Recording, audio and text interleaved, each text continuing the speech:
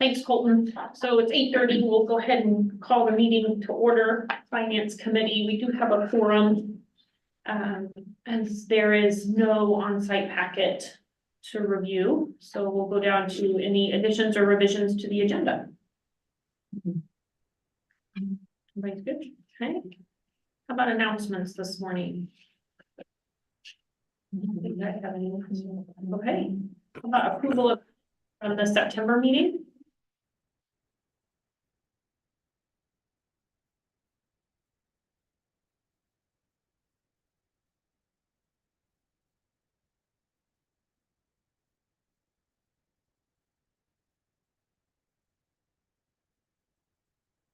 Madam Chair, I move approval of the minutes as presented in the chart.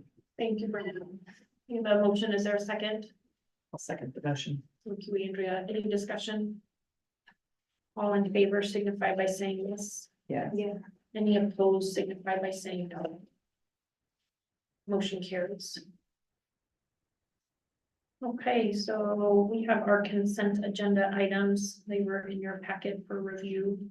If there's any questions, we can call them out separately. If not, we'll take a motion to approve them.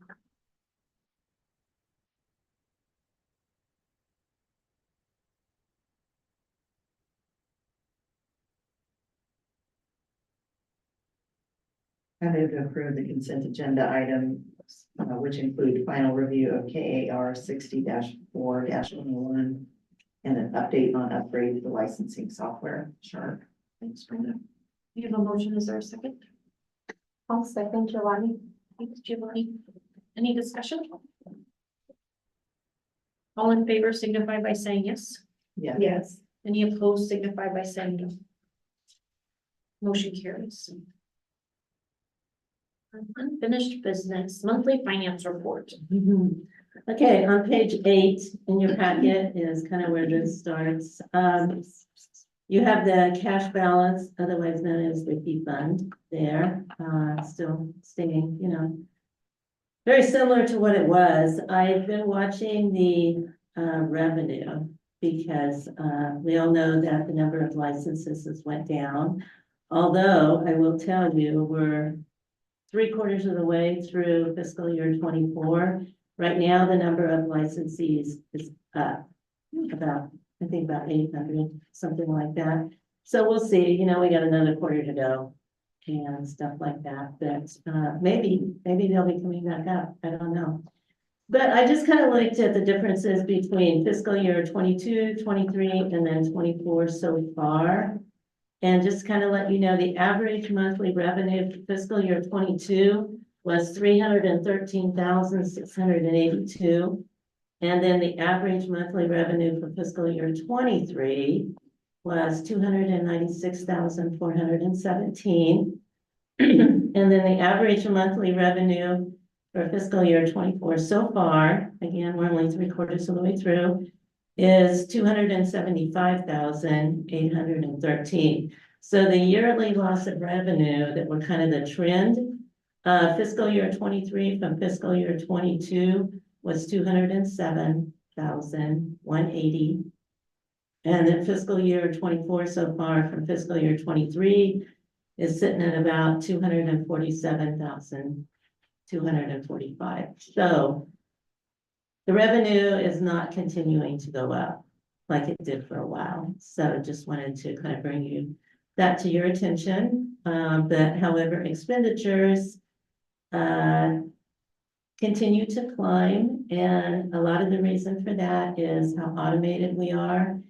And most of the stuff that has to do with the computer systems and stuff like that, maintenance goes up like every year. I mean, you can figure an increase on most of this stuff, but we have to have it to remain as automated as we are. So just kind of to let you know. And then on page 9, you have a revenue report so far for fiscal year 24. And then on page 5 is the expenditures so far for fiscal year 24. I think that's all I have for now. Thank you. Any questions for Carol?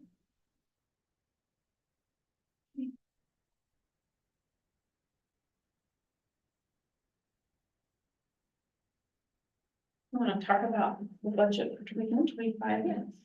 That kind of starts on page 11, and on page 11, you have the Division of Budgets report that they did the end of November that gets submitted to the governor. And so you have one for fiscal year 24, which we're in right now, and then fiscal year 25. So when I do the budget starting in August, I probably will do 25, 26, and 27. So anyway, they concurred with exactly what we put in and stuff like that. We did do a supplemental change package for this year, and that was to cover the pay raise that was done. They forgot to put that in for fiscal year 24 in everybody's budget, so you had to do a supplemental change package for that, but that's what that was. And then there's a fee fund analysis, and remember on the fee fund, we have to project ahead. So some of this is truly a projection, fiscal year 24 and fiscal year 25. That's a projection just kind of based on the trend of what we've seen. So it may or may not turn out that way, but that truly is how you do that. You have to project ahead. And then on fiscal year 17, they just kind of have a snapshot of it, and 25. And then when you get to page 19, that was in the governor's budget. And they concurred with what the division of budget. But you also see that's where you start seeing the performance metrics show up. They're reported to the division of budget, but you don't really see them put on theirs too much, but they always are put in the governor's one. So, and then starting on page 21 is the analysis that's done for the legislature by the Legislative Research Division over there. And when we have the budget hearings, they always present our budget first. And they go through a lot of this information on these next pages that you'll see. And then the agency staff, me, get up and do a shorter presentation and answer questions, basically. So just wanted to share that with you. And I think that's it. That ends on page 30, I believe. Yeah, 30. But so far, everyone concurred with what we had. It went through the House and the Senate hearings with, I mean, there was a few questions, but no real concerns. You know, we will get the appropriations in the mega bill that they'll do, you know, sometime in April. There's one bill that I think is made it all the way through that is probably waiting for the governor's signature that will probably have a fiscal impact to us from what we figured. It has to do with military, and basically it says that a military spouse or active military, all of their licensure fees will be waived. So what we're probably going to have to do with that is the way, I don't know, maybe Adrian wants to talk about this better about how you can't do it other than he knows better. I'm sure, Adrian, Director of Operations. One of the things that we're looking at potentially doing, because we're starting to see that we're needing to pull statistics on this type of license type, I guess you would say, more regularly. And there's some reporting that we have to do every year. It's in August, isn't it? Somewhere around that time frame. So we're looking at the systems as you read the consent that we're doing some upgrades right now. So we're thinking a little bit into the future. Maybe we should formulate that license a little different. The current licensing system has some limitations in how we can waive a fee for one and not waive it for another. We are going through the upgrade, so there may be some more flexibility that we're just not familiar with yet. But in order to do that, and so that we don't have any issues in the long run, we may make the license types. So it'd be like a registered nurse, military, you know, some sort of indicator so that we can adjust the fees on the fly, because, you know, every year there seems to be some sort of a new thing associated with that. And then that will allow us to do a little bit better statistics in the long run, I think. Question to clarify, did you say the licensee is military, or even if they're a spouse of military? Well, How do you track that? Or how do you- well, is it on the our application? application, they have to check. We've been tracking the military for probably a couple of years. That was a bill. And we have to report that over there, the number of military, but it wasn't to waive the fees. So we actually have a question that says, are you a military spouse? Are you a military? But what they're probably gonna have to show, because that bill says active. So we're gonna have to be able to see, that the military is truly active at the time that they're doing this. So it's gonna change the process just a little bit, but we would be waiving like their application fee, their fingerprint fee. The part that's a little bit unclear is if, because we see all the different scenarios, so somebody may come in active and then retire, let's say, so then what happens to that? And do they have a reason to be telling us every year? And how renewal notices work? I mean, there's a lot Yeah, of things that there are, we're trying to figure out, and so we're thinking, at least right now, this quick response that we had to do. Is maybe indicate a type so that we can adjust that a little bit better, but depending on how things go with our vendor, we may adjust slightly depending on how that works. And do we have an estimate of how many of our licensees are in this category? There's not very many. The biggest, I don't remember the exact numbers, but the biggest thing in the fiscal note was probably the work that may have to be done in the licensing software. Because actually our number of military last year was not very high. It Well, really it's a transient population, so it's really hard to do a count because those that were here this year may not be here 2 years from now, and others will be here, so that number. And then the compacts, Yeah. some of them have a multi-state license. They're still in here working, but they have a multi-state license, so they don't do anything with us. Sure. So, because the military, as far as the multi-state, they're just a little bit different on, how they choose their primary state of residence. If they're active and they're just gonna be at, in Kansas for 2 years, they may be able to say that their primary state of residence is a different state, one that they moved, and that's where they're truly calling their primary. So they may not have to change to a compact license in Kansas like a non-military would. So there's just a lot of factors to play into it, but the biggest cost that we were looking at was the changes to make this new type so that we could just waive all license fees that are associated with that license type. And as the word goes out, potentially the ones that we have now that we know about might either increase or decrease. Sort of. Well, thank you for the information. I appreciate the work on the budget, and my understanding is legislatures were very supportive of the work that you've done and approved everything that we asked for, including the supplemental and, based upon the conversation we had at our strategic retreat last year, I think there's been a lot of good management and success with our budget, so I appreciate it.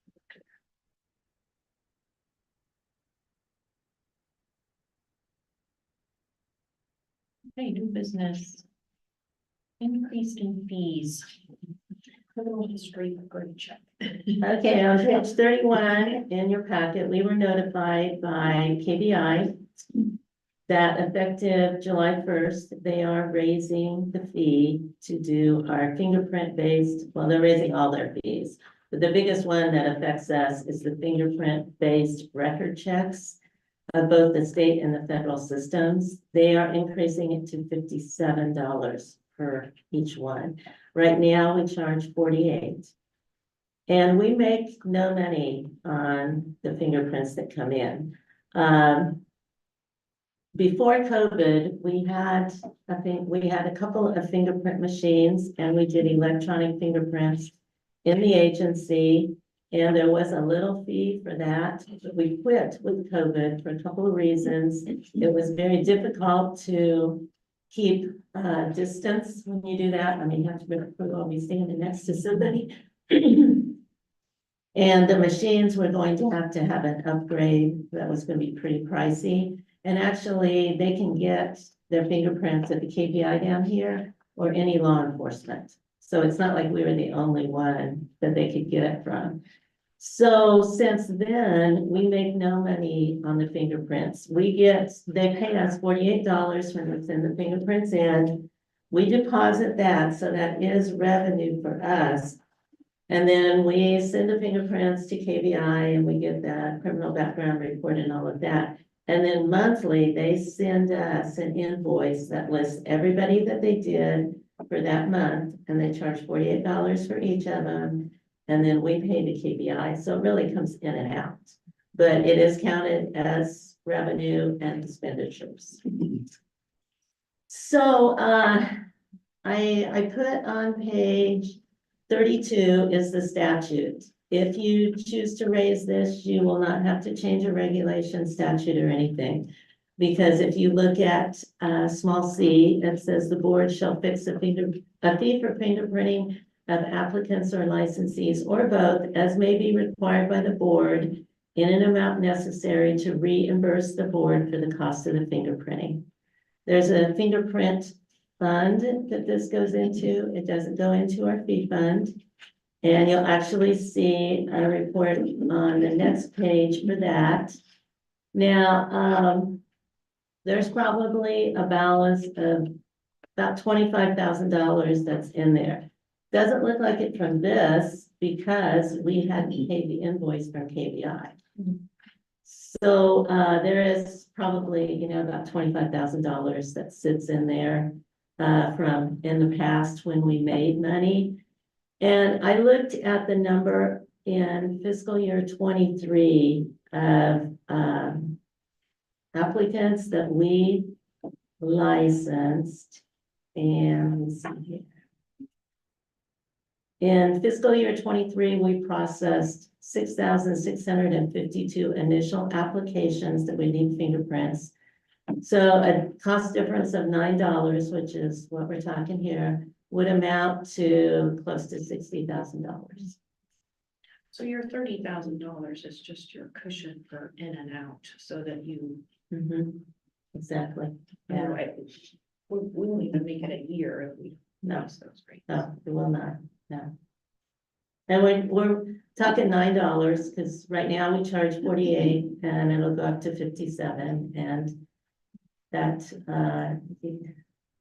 we don't do wrap back services, yet, because they haven't been free, and that would be an additional cost. However, down the road, if they ever get free, that would be something we don't do. I mean, what that is. Wrap back is basically, okay, say that I had submitted fingerprints and there was a criminal background report that came back to us on me because I wanted to get licensed. Okay, then I'm in their system, so if 2 years from now, something happens to me criminally, and you would be notified then that there was something with me. Right now, we don't do fingerprints for renewal or anything like, we don't do renewal, we don't do reinstatement, we do initial and we do endorsement. So there is a bunch of our licensees that we don't do it. And also we do it if they convert over to multi-state. We have to do it for the multi-state. We have to do it.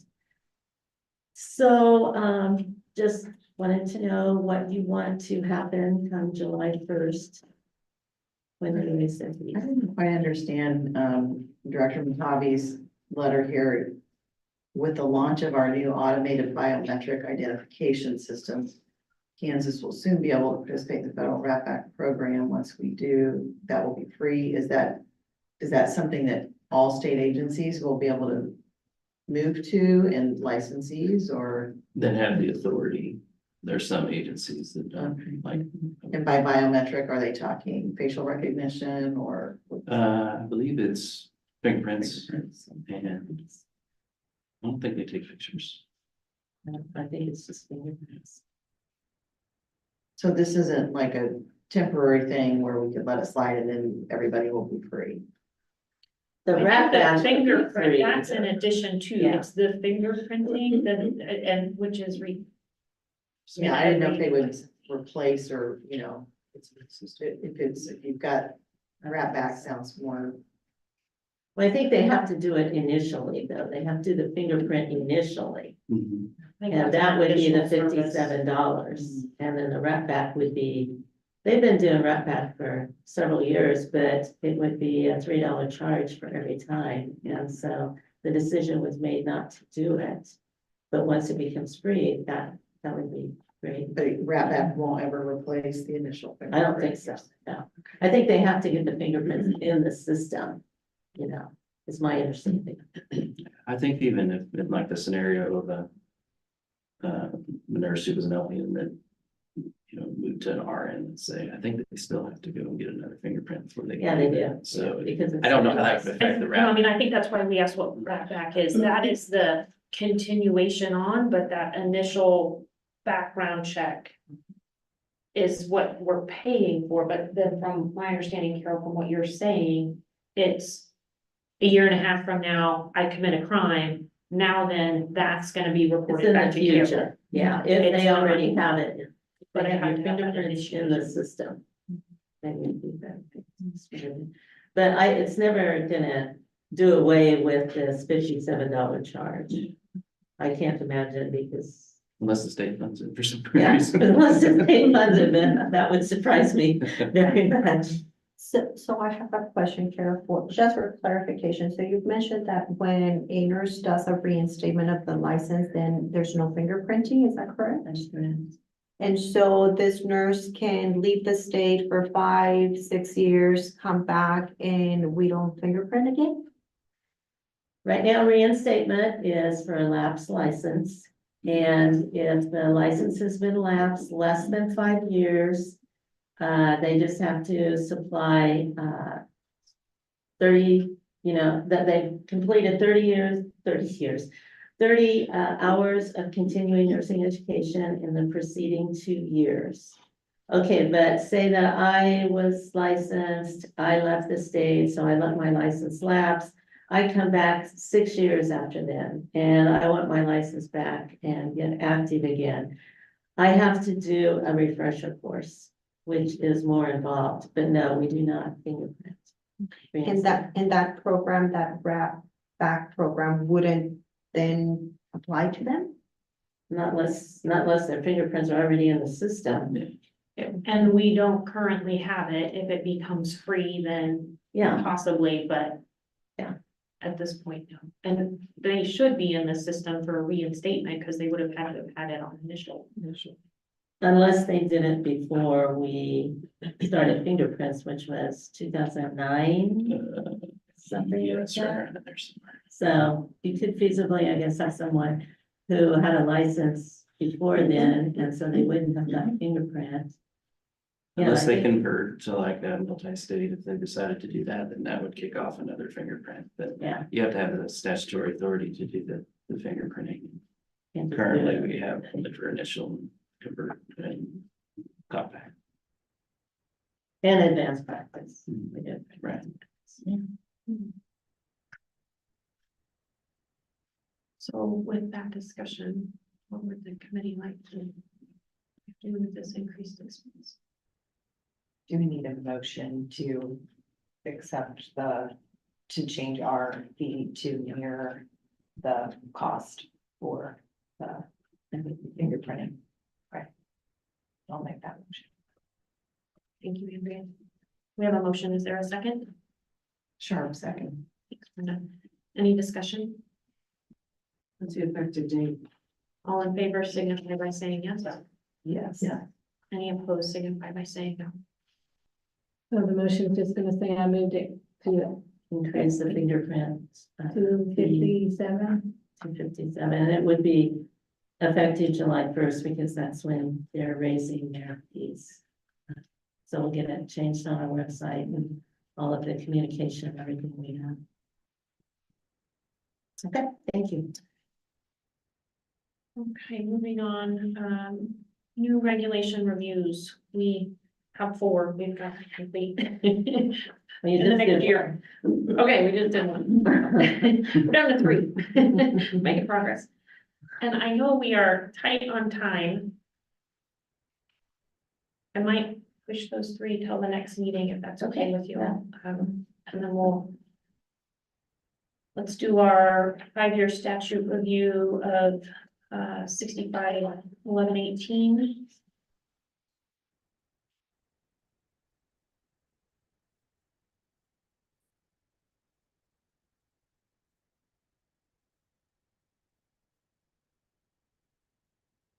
That's on page 55.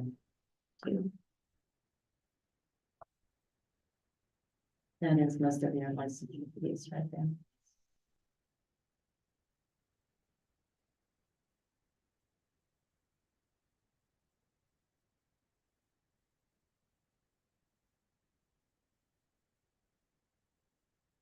Madam Chair, I move to approve KSA 65-1118 fees as written. Thank you, Brenda. We have a motion. Is there a second? I'll second Courtney. Thank you, Julie. Any discussion? All in favor signify by saying yes. Yeah. Any opposed signify by saying no.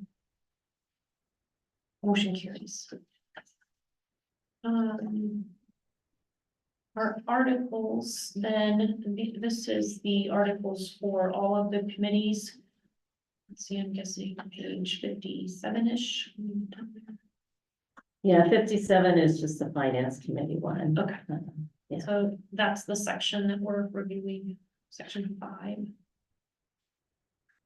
Each committee this is on everyone's agenda. Yesterday in education, we reviewed that piece of it. So.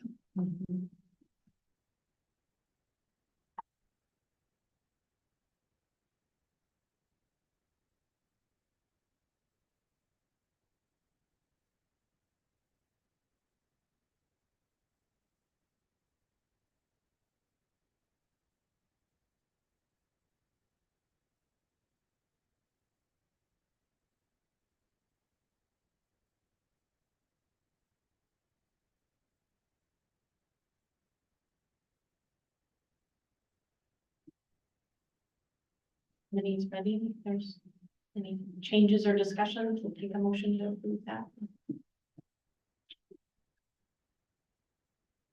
Did staff have any recommendations or concerns about the language?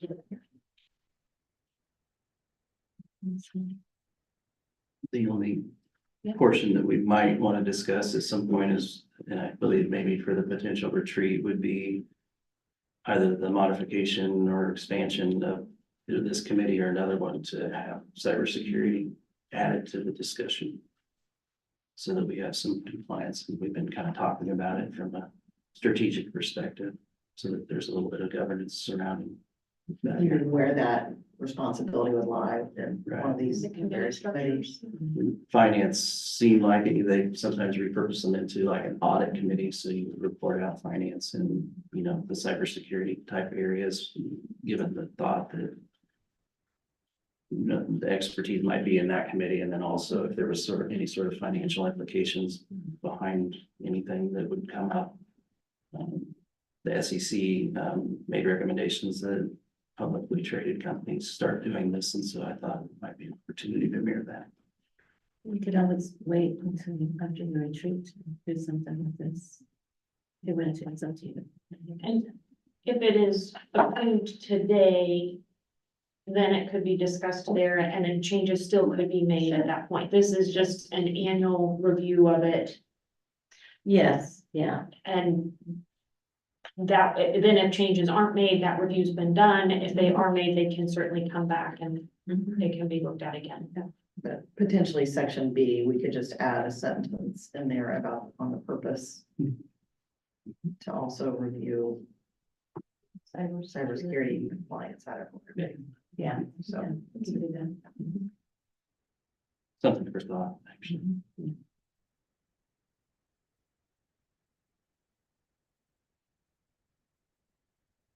Madam Chair, I would move to approve the committee description from the KSBN articles, article 7 as presented. Thank you, Brenda. We have a motion. Is there a second? I'll second Watson. Thank you, Andrea. Any discussion? All in favor signify by saying yes. Yes. Any opposed signify by saying no. Motion carries.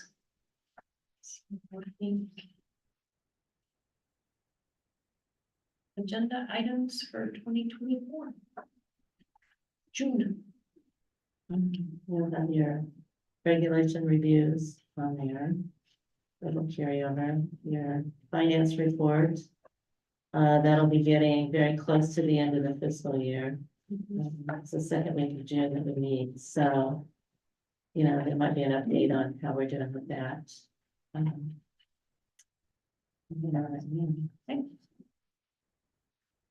So with that, we will adjourn the meeting. Thank you very much.